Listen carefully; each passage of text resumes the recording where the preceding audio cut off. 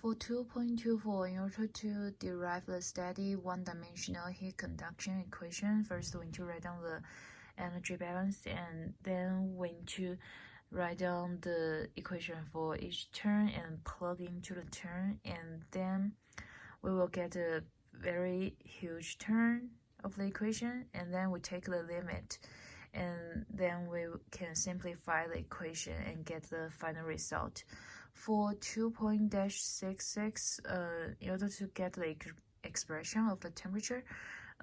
we need to do the integration of the first equation we get from temperature and the direction of x,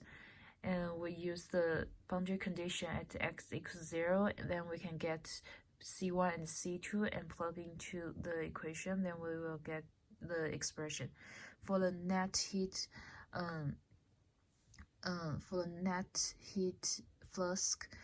Q0, we need to use the equation and plug in the number and get the numerical answer. For 2-102,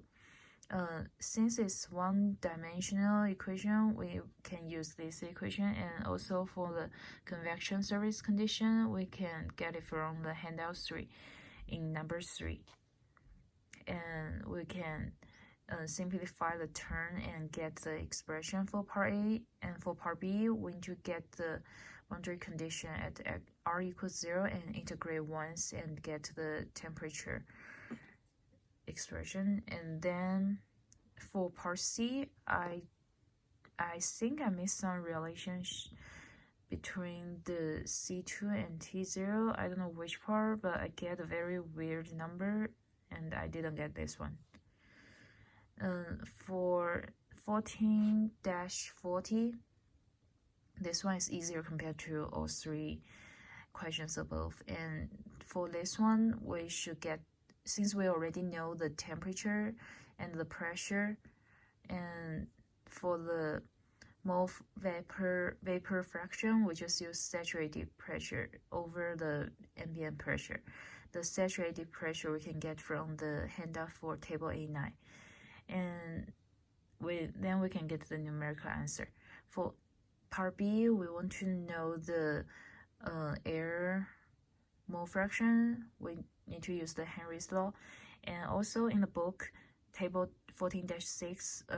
the Henry constants they start at 290, so I can do extrapolation from 280 to 290, since in this one the temperature is 15 degrees C, and I just assume it's close enough to 290, and it didn't show too much difference since the Henry constant is very big,